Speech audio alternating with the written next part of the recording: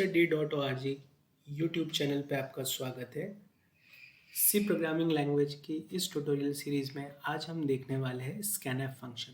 Scanf function जो कि एक फॉर्मेटेड इनपुट फंक्शन है, वो क्या काम करता है और इसके फॉर्मेट स्पेसिफायर्स क्या है और वो कैसे काम, ये सब कुछ हम थ्योरी और कोड एग्जाम्पल दोनों में साथ साथ देखेंगे, एक के बाद एक देखेंगे। सबसे पहले हम समझते हैं कि स्कैनएफ कैसे काम करता है। तो स्कैनएफ क्या करता है, हमारा स्कैनएफ जो रीड करता है, डेटा एलिमेंट्स रीड करता है। कहाँ से रीड करता है? ये इनपुट स्ट्रीम से। इनपुट स्ट्रीम क्या है हमारी? तो हमेशा वो स्टैंडर्ड जो हमारी इनपुट है STDIN, वो हमारी स्टैंडर्ड इनपुट है, स्ट्रीम है, वहाँ से ये डेटा को क्या करता है, रीड करता है। कैसे रीड करता है? तो using a format string. Format string ये बताती है कि जो आप डेटा सप्लाई करने वाले हैं उसको किस तरीके से फॉर्मेट करके वो किस फॉर्मेट में एज वेल एज उसको किस फॉर्मेट में स्टोर करना है, वो ये बताती है। ये जो फॉर्मेट स्ट्रिंग होती है ये सब डिसाइड करती है कि आपका डेटा किस तरीके से स्टोर होने वाला है। अब ये स्टोर कहाँ करेगी? तो स्टोर करने के लिए हम क्या करते हैं, जब भी स्कैनएफ लिखते हैं तो साथ में इस फॉर्मेट स्ट्रिंग के साथ साथ हम क्या लिखते हैं, उसके अंदर आर्गुमेंट हम उसको सप्लाई करते हैं। ये जो सप्लाइड आर्गुमेंट है, इसके अंदर जो भी इनपुट आपने सप्लाई किया है, जो हमने हमारे कीबोर्ड से टाइप किया है, वो कन्वर्ट होता है, इस फॉर्मेट स्ट्रिंग के अकॉर्डिंग कन्वर्ट होता है और जो सप्लाइड आर्गुमेंट है हमारे, उसके अंदर जाकर वो स्टोर हो जाता है। जो हमारा स्कैनएफ फंक्शन है, ये हमें क्या करता है कि इंटीजर वैल्यू रिटर्न करता है। इंटीजर वैल्यू में जो रिटर्न करेगा ये, तो ये करेगा नंबर ऑफ डेटा आइटम्स जो कि इस करंट स्कैनएफ के अंदर इसने प्रोसेस किया है, जो कि सक्सेसफुली रीड हो गए हैं, वो नंबर ऑफ डेटा आइटम को ये रीड करेगा। जैसे अगर इसने 4 वेरिएबल को रीड किया जो कि सक्सेसफुल थे, तो रिटर्न वैल्यू क्या होगी? 4 होगी। अगर 1 था तो 1 होगी।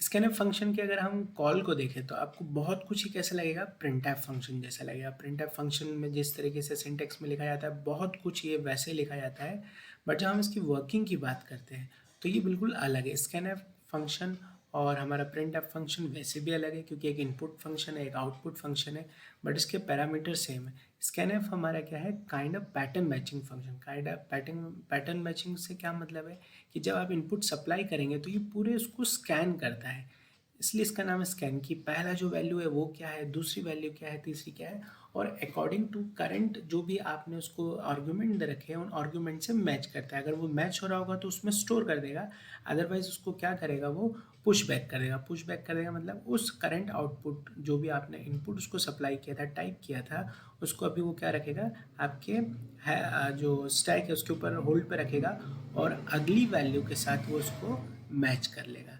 अगर वो मैच हो जाती है तो आगे वो स्टोर अगले वेरिएबल में सप्लाई कर। स्कैनएफ फॉर्मेट स्ट्रिंग को यहाँ पर समझते हैं। तो फॉर्मेट स्ट्रिंग जो है इसकी, ये हमारी 3-4 चीज़ों से मिलकर बनी है। सबसे पहला है हमारा फॉर्मेट स्ट्रिंग के अंदर कन्वर्जन स्पेसिफिकेशन। कन्वर्जन स्पेसिफिकेशन में भी 3 चीज़ है। पहला है स्टार। ये सारी चीज़ें ऑप्शनल है, आप चाहे तो इसको यूज़ करें। जनरली हम इसको यूज़ नहीं करते, अभी तक जो भी प्रोग्रामिंग की है उसमें मोस्ट ऑफ टाइम हमने इनको यूज़ नहीं किया है। अब हम इसको यूज़ यहाँ पर कर सकते देखने के लिए। स्टार, स्टार क्या करता है, असाइनमेंट सेपरेशन। इसका क्या मतलब है कि अगर किसी के भी आगे आपने स्टार लगा दिया तो वो जो पर्टिकुलर डेटा आपने इनपुट किया है उसको असाइनमेंट नहीं होगा, मतलब वो वैल्यू को क्या कर देगा, वो एस्केप करके अगली वैल्यू के लिए प्रोसेस करेगा। नेक्स्ट जो फील्ड है हमारी मैक्स फील्ड, जो विड्थ है, इससे हम ये बता सकते हैं कि हमको डेटा कितने कैरेक्टर का रीड करना है। जैसे 5 कैरेक्टर का रीड करना है, 3 कैरेक्टर का, है ना, उसकी जो साइज़ है वो कितनी होगी, हम उस साइज़ को यहाँ पर क्या कर सकते हैं, फिक्स कर सकते हैं, जिससे यूज़र उससे ज़्यादा एंट्री ना कर सके या उससे कम एंट्री ना करे। फिर हमारा लेंथ मॉडिफायर।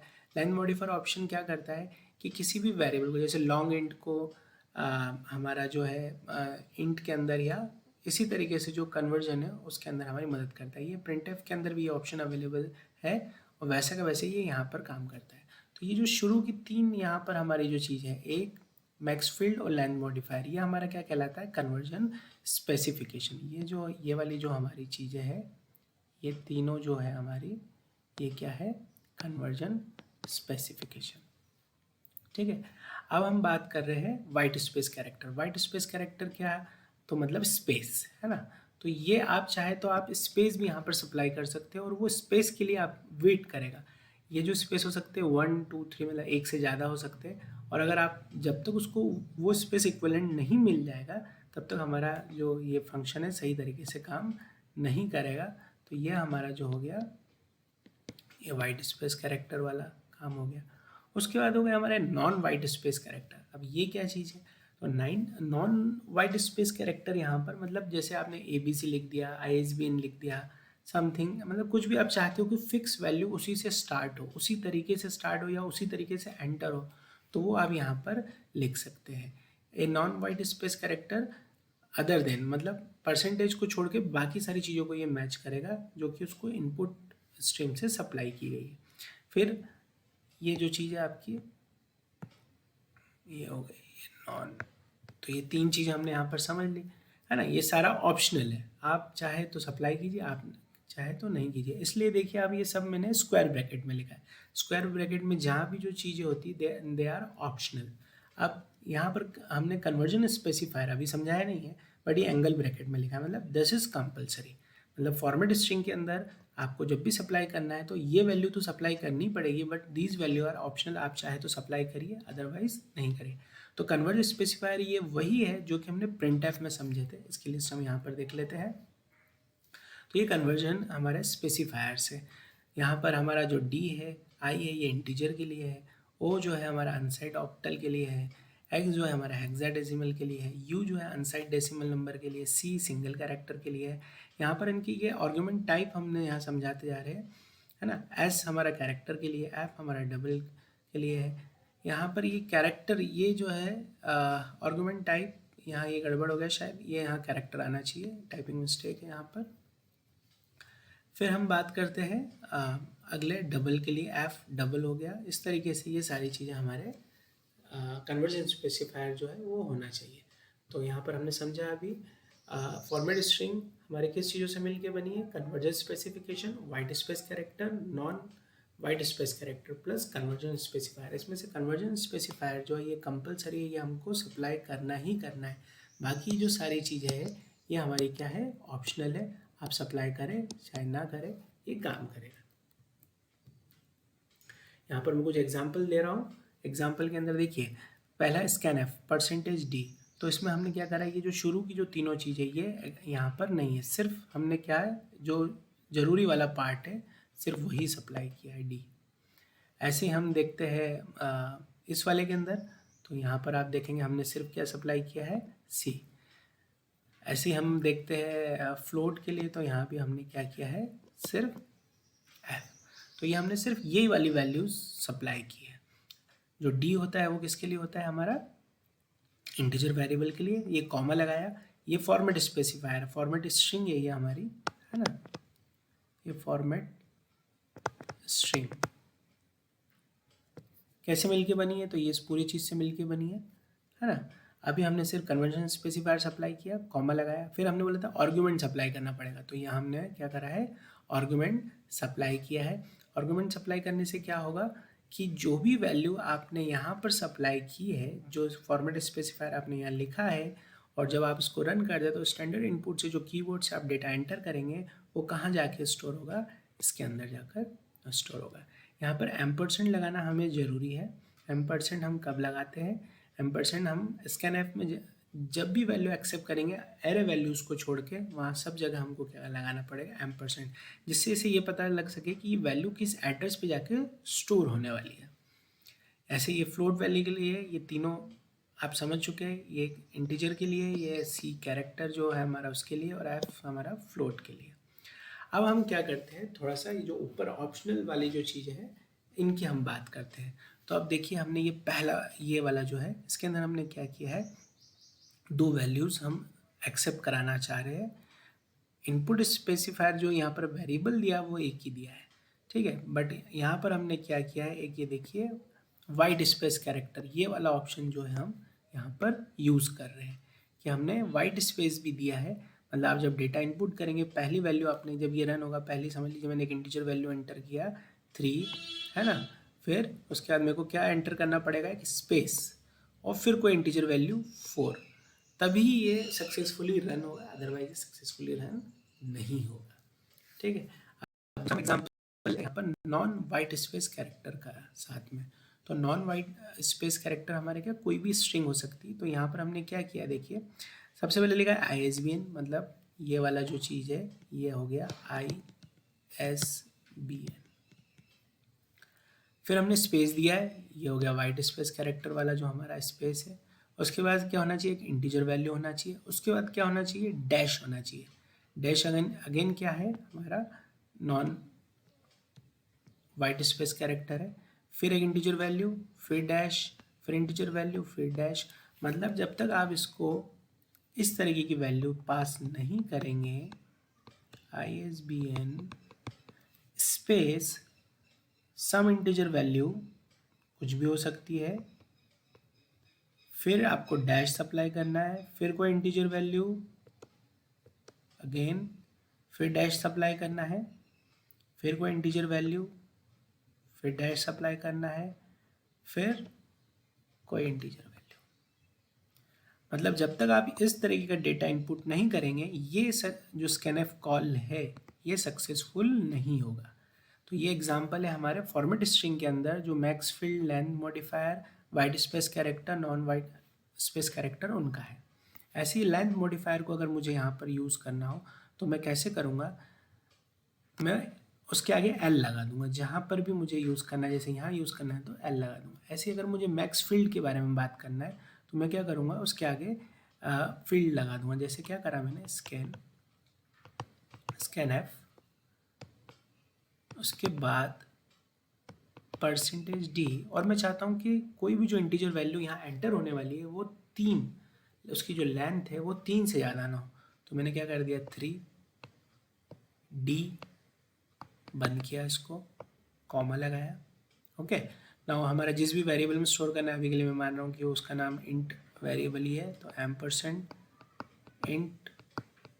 $int_var।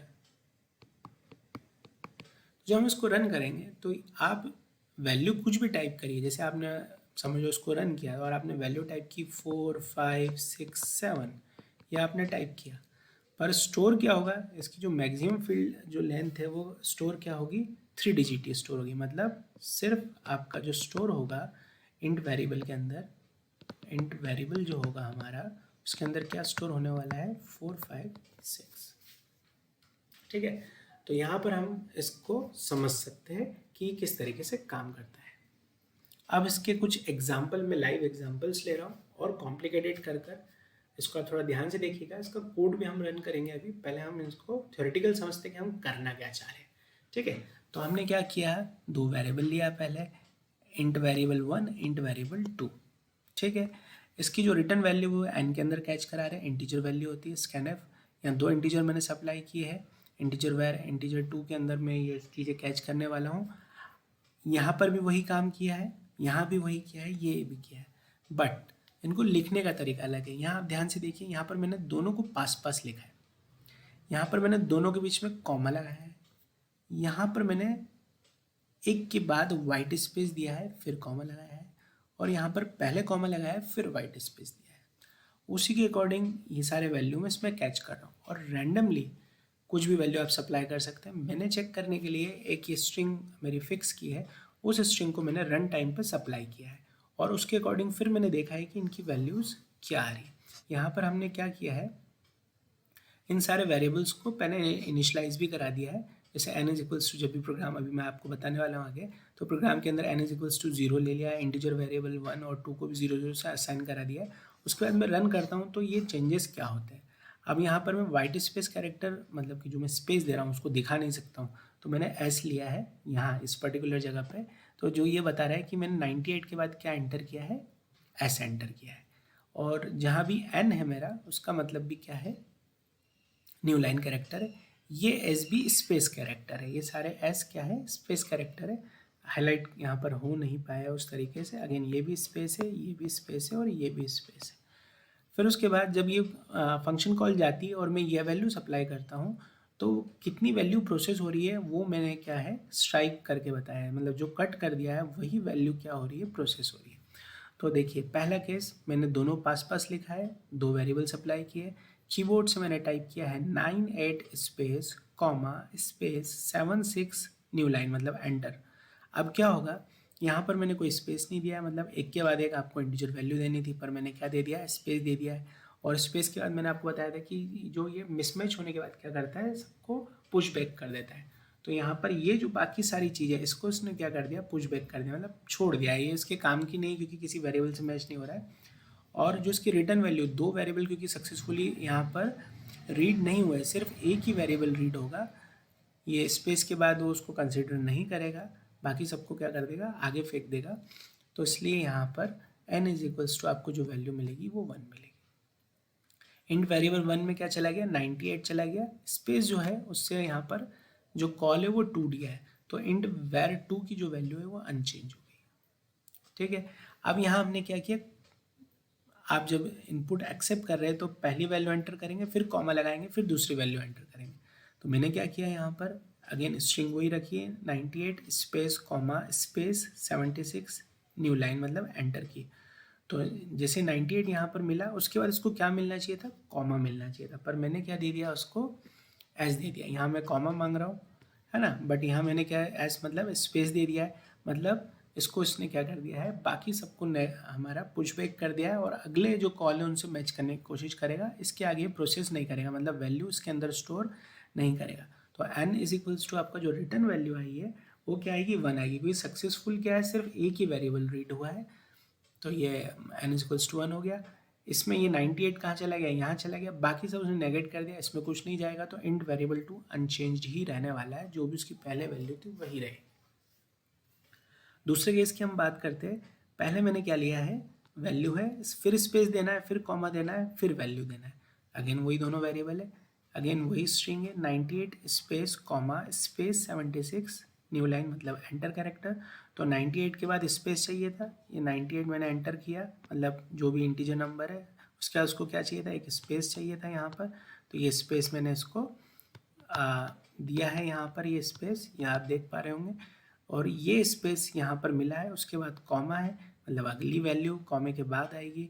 अगली वैल्यू मैंने स्पेस देकर 76 दिया है। अब क्या होता है, जब आप डेटा एंटर करते हैं तो अगर आप स्टार्टिंग में कोई स्पेस वैल्यू देते हैं तो उसको वो क्या कर देता है, नेग्लेक्ट कर देता है, बट अगर एंड में देते हैं आप तो उसको नेग्लेक्ट नहीं करता, उसको न्यू वैल्यू मानता है। तो इसलिए देखिए यहाँ मैंने यहाँ एस दिया है, एस मतलब स्पेस है, ये स्पेस दिया है, बट फिर भी क्योंकि इसको उसने क्या कर दिया है, नेग्लेक्ट कर दिया है। किसने, स्कैनफ, ये इसका बाय डिफ़ॉल्ट बिहेवियर है। तो हमारा जो टोटल सक्सेसफुल रीड दोनों वेरिएबल हो गए हैं, इसलिए n में क्या स्टोर हो जाएगा, 2 स्टोर हो जाएगा। यहाँ पर पहली जो इंटीजर वैल्यू उसमें 98 चला गया है, और दूसरे में 76 चला गया। तीसरा एग्जाम्पल देखते हैं हम। यहाँ पर हमने क्या किया है, पहले हमको वैल्यू चाहिए, फिर कॉमा चाहिए, फिर स्पेस चाहिए। तो हमने ये 98, फिर हमने क्या कर दिया, स्पेस दे दिया है, फिर कॉमा दिया, फिर स्पेस दिया, फिर 76 दिया, फिर न्यू लाइन दिया। तो देखिए जैसे ही इसको स्पेस मिला, इसने क्या करा, इसको आगे प्रोसेस करना बंद कर दिया है। अगर ये स्पेस पहले मिलता है तो उसको वो नेग्लेक्ट करता है, पर अगर हमारे इनपुट स्ट्रीम के बाद स्पेस मिलता है तो उसको क्या कर देता है, नेग्लेक्ट कर देता है और पुश बैक कर देता है। अगले अगर जो उसके अंदर हमने पैरामीटर दे रखे हैं उसमें से अगर किसी से मैच होता तो ये उसको असाइन कर देता है, पर अभी ये मैच नहीं हो रहा है इसलिए इसको असाइन नहीं करेगा। और हमारा जो सक्सेसफुल रीड होगा सिर्फ ये वेरिएबल होगा, इसलिए n, क्योंकि एक ही वेरिएबल होगा तो n में क्या चला जाएगा, 1 चला जाएगा। और ये हमारा 98, जो फर्स्ट वेरिएबल है उसमें 98 चला गया, और सेकंड हमारा क्या रहेगा, अनचेंज्ड ही रहेगा। एक और एग्जांपल देखते हैं इसी टाइप का।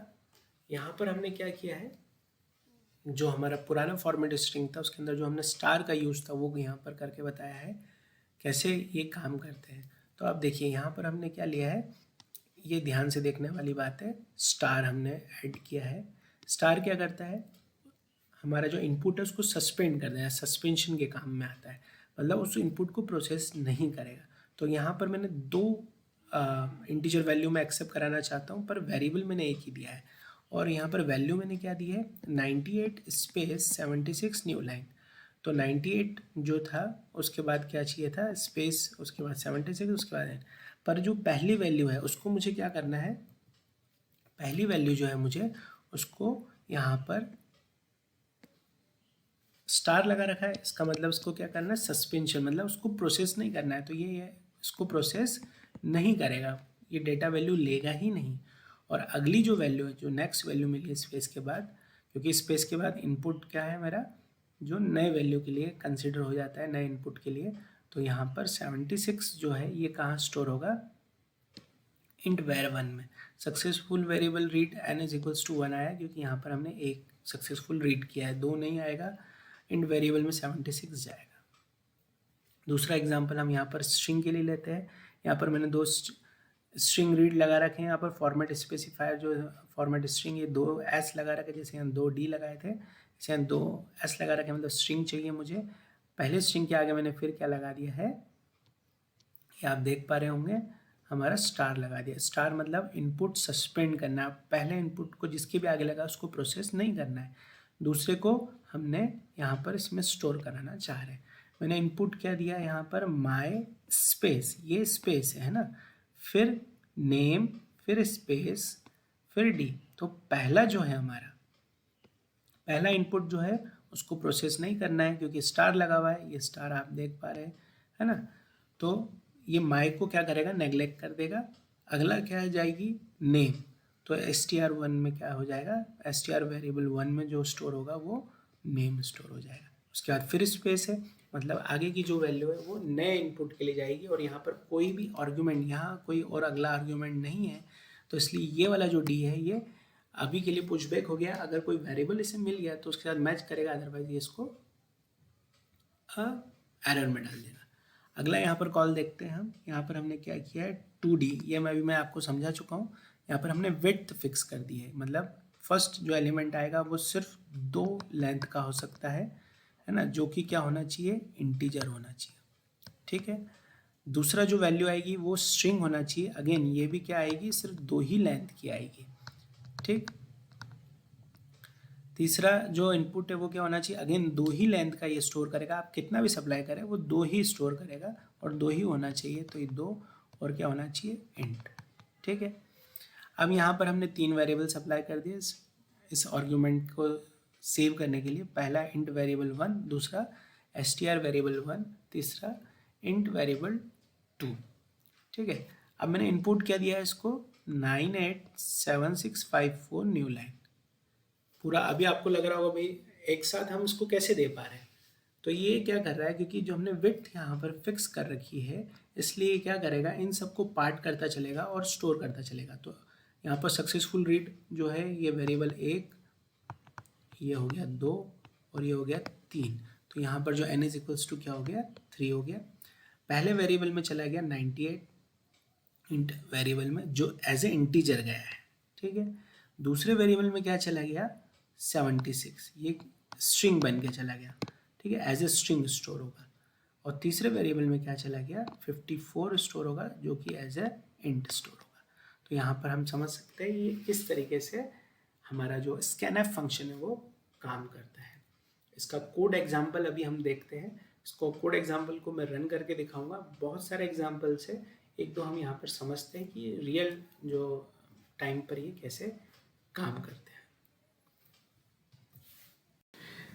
स्कैनफ के इस एग्जाम्पल में हमने क्या किया है, 3 वेरिएबल लिए हैं। पहला वेरिएबल इंटीजर, दूसरा कैरेक्टर, तीसरा फ्लोट। पहले का नाम इंटीजर वेरिएबल है, दूसरे का नाम कैरेक्टर वेरिएबल है, और तीसरे का फ्लोट। तीनों को हमने इनिशियलाइज कर दिया है। फर्स्ट को 0 से इनिशियलाइज किया है, इसको हमने ब्लैंक स्पेस से, और थर्ड को हमने 0.0 से इनिशियलाइज किया है। यहाँ पर हम क्या कर रहे हैं, यूज़र से बोल रहे हैं कि यूज़र डेटा एंटर करेगा। डेटा एंटर किया, उसके बाद हमने यहाँ देखिए यहाँ पर फॉर्मेटेड स्ट्रिंग का यूज़ किया है। यहाँ पर फॉर्मेटेड स्ट्रिंग ये जो डी होता है ये हमारा इंटीजर वैल्यू के लिए होता है। यहाँ हमने इसको रिसीव किया कॉमा, उसके बाद जो आर्ग्यूमेंट हम इसमें पास कर रहे हैं वो क्या कर रहे हैं, इंटीजर वेरिएबल। और आर्ग्यूमेंट जो पास होगा वो एज ए एड्रेस पास होगा, इसलिए यहाँ पर हमने क्या लगाया है, % का साइन लगाया है। तो उसके बाद जो वैल्यू आपने एंटर करी है वो स्क्रीन पे यहाँ पर प्रिंट हो जाएगी। एंटर्ड वैल्यू इज, अगेन यहाँ पर प्रिंट है में फॉर्मेटेड स्पेसिफायर यूज़ किया है। फिर हमने एक स्ट्रिंग वैल्यू यहाँ पर हम रिसीव कर रहे हैं। यहाँ पर जो फॉर्मेटेड स्पेसिफायर यूज़ किया है वो एज किया है, जो कि स्ट्रिंग के लिए होता है, कैरेक्टर वैल्यू के एक हमारे कलेक्शन के लिए। फिर उसको प्रिंट करा दिया है। फिर यहाँ हमने एक फ्लोट वेरिएबल लिया है। अगेन यहाँ पर फ्लोट के लिए f यूज़ करते हैं फॉर्मेट स्पेसिफायर। वेरिएबल यहाँ पर फ्लोट जाएगा और ये यहाँ पर एम्परसेंड जाएगा। यहाँ एक ध्यान देने वाली बात है कि जो हमारी स्ट्रिंग होती है, स्ट्रिंग क्योंकि यहाँ ऊपर हमने एज ए अरे डिक्लेयर किया है, तो अरे खुद अपने आप में जो मेंटेन होते हैं वो पॉइंटर्स, इंटरनल पॉइंटर्स के थ्रू होते हैं, और इसलिए हमको यहाँ डायरेक्ट उसका एड्रेस देने की ज़रूरत नहीं है। तो जब भी कैरेक्टर या इस टाइप का कोई वैल्यू आप जब प्रोसेस करेंगे जो कि अरे के अंदर हो, स्पेशली यहाँ पर हम कैरेक्टर की बात कर रहे हैं, तो यहाँ पर हम अरे से जुड़े हुए सारी जो चीज़ें वहाँ पर कभी भी हम एम्परसेंड का साइन नहीं लगाते हैं। बाकी चीज़ों में आपको एम्परसेंड, क्योंकि एम्परसेंड ये बताता है कि this is a memory address. Okay, तो अब हम इसको रन करते हैं। ये प्रोग्राम को हमने रन किया तो पहले इंटीजर वैल्यू, यहाँ पर हमने इंटीजर वैल्यू दी 4, आउटपुट आ गया 4। स्ट्रिंग वैल्यू, यहाँ पर स्ट्रिंग वैल्यू दी हमने वेलकम, एंटर प्रेस किया, वेलकम आ गया। Now float value, float value हमने दी 5.4 समथिंग, यहाँ पर ये 5.4 आ गया। तो ये जो हमने यहाँ देखा अभी, ये एक सिंपल एग्जांपल देखा कैसे वैल्यू एक्सेप्ट होती है। अब इसी एग्जांपल में हम एक चीज़ आपको और समझाना चाहते हैं। जैसे हमने कहा कि स्कैनफ फंक्शन जो होता है वो क्या होता है, एक फिल्टर की तरह काम करता है कि अगर सही आर्ग्यूमेंट पास नहीं हुए हैं या आर्ग्यूमेंट में दिक्कत है तो उनको क्या करता है, वो स्किप करके अगले राउंड के लिए रख लेता है। तो मैं आपको ये करके बताता हूँ कि कैसे ये करता है। इंटीजर वैल्यू यहाँ पर मांग रहा है, तो हम क्या कर रहे हैं, यहाँ पर गलत वैल्यू दे रहे हैं। हम यहाँ पर एक स्ट्रिंग वैल्यू दे रहे हैं। स्ट्रिंग वैल्यू में हमने लिख दिया वेलकम। उसके बाद हमारी क्या थी, अगली वैल्यू जो थी वो स्ट्रिंग थी, तो स्ट्रिंग की जगह यहाँ पर मैं दे रहा हूँ फ्लोट। फिर स्पेस दे के मैंने दिया, मैं क्या कर रहा हूँ, एक इंटीजर वैल्यू दे रहा हूँ 5। हमने विदाउट सीक्वेंस के दिए हैं, जहाँ इंटीजर चाहिए था वहाँ स्ट्रिंग दे दिया है, और उसके बाद स्पेस करके हमने और वैल्यूज दे दी है। जब भी हम स्पेस देते हैं तो जो बैक स्पेस होता है, मतलब जैसे डेटा इनपुट करने वाला है के बाद वाला जो हमारा स्पेस होता है वो एज अ नेक्स्ट इनपुट भी वो काउंट करता है। तो अब एंटर प्रेस करके देखते हैं क्या होता है। तो आप देखिए एंटर प्रेस किया मैंने, और यहाँ पर देखने वाली बात क्या है कि जो हमारी एंटर स्ट्रिंग वैल्यू है ये ऑटोमेटिकली इसने क्या ले लिया है, एंटर्ड वैल्यू इज वेलकम, जबकि हमने तो वेलकम एंटर नहीं किया। ओके, यहाँ पर एंटर द फ्लोट वैल्यू, यहाँ हमने वैल्यू इसने हमसे नहीं मांगी, यहाँ प्रोग्राम रुका नहीं है, और फ्लोट वैल्यू 8.9 ले ली इसने। तो यहाँ पर ये हम समझ सकते हैं कि अगर हम गलत इनपुट देते हैं, ये बहुत अच्छा एग्जांपल है कि स्कैनफ एज ए फिल्टर काम करता है। यहाँ पर हमने गलत वैल्यूज दी विदाउट सीक्वेंस के, तब भी उसने उनको क्या करा, अरेंज कर कर नेक्स्ट जो भी उसके मूवमेंट थे, नेक्स्ट वेरिएबल की जो कॉल थे उसमें पास कर लिया। इसलिए वो यहाँ पर रुका नहीं हमसे इनपुट के लिए, यहाँ पर भी वो रुका नहीं, हमसे इनपुट नहीं मांगा, क्योंकि जो नेक्स्ट ये जो वेरिएबल्स थे ये नेक्स्ट कॉल के लिए उसने वेट करा लिए। तो हम लाइव देख रहे हैं, हमने क्या किया, 3 वेरिएबल लिए हैं यहाँ पर। 3 वेरिएबल जो है int variable 1, int variable 2, n is equals to 0, ये तीनों को 0 से हमने क्या किया है, इनिशलाइज कर दिया। ये चीज़ अपन पहले भी डिस्कस कर चुके हैं। तीसरा वेरिएबल हमने यहाँ कैरेक्टर वेरिएबल ले लिया है, जिसका नाम हमने रखा है str वेरिएबल 1। यहाँ पर ये जो हमने स्लाइड देखी थी अभी इनपुट के लिए, यही सारा जो अभी हम देख रहे थे, इसी को हमने इसमें यहाँ पर टाइप किया है। ओके, राइट नाउ अब हम क्या करेंगे, इसको रन करते हैं। रन करने के बाद हम देखते हैं इसका इनपुट क्या आता है। तो यहाँ पर जो है ये दोनों जो वेरिएबल है ये पास पास है।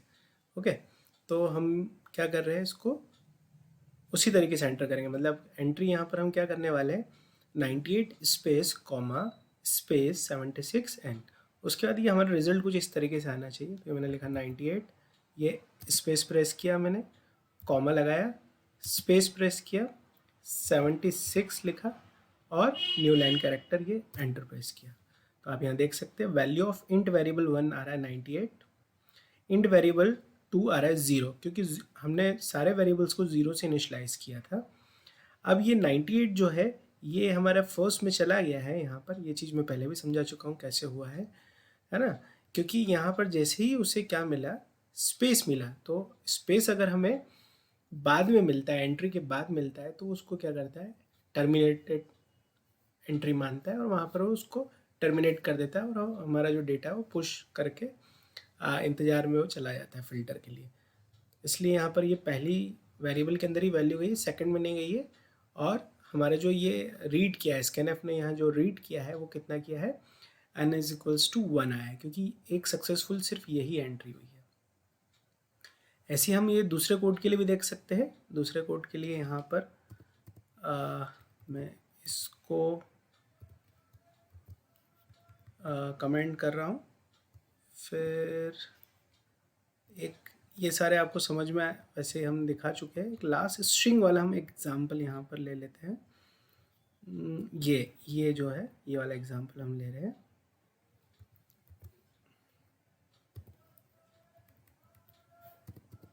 ओके, ये एग्जांपल हम यहाँ पर लेते हैं, इसको रन करते हैं।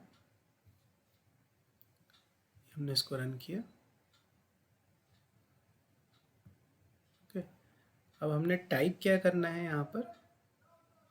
टाइप जो हम कर रहे हैं वो कर रहे हैं ये लास्ट वाला जो हमारा है, उसको हम यहाँ टाइप करेंगे।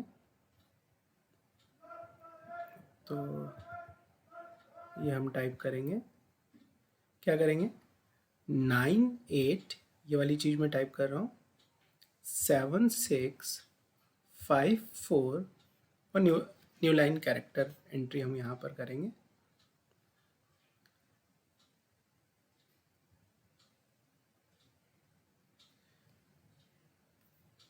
ये हमने एंटर प्रेस किया। ये आप आउटपुट देख सकते हैं जैसा हमने यहाँ पर दिखाया था। आप देख रहे हैं n इज इक्वल्स टू 3, ये n इज इक्वल्स टू 3 आया है। उसके बाद हमने देखा है इंट वेर 1 में 98 है, या इंट वेर 1 में 98 है। str वेर 1 में 76 है, str वेर 1 में 76 है। इंट वेर 2 में 54 है, इंट वेर 2 में 54 है।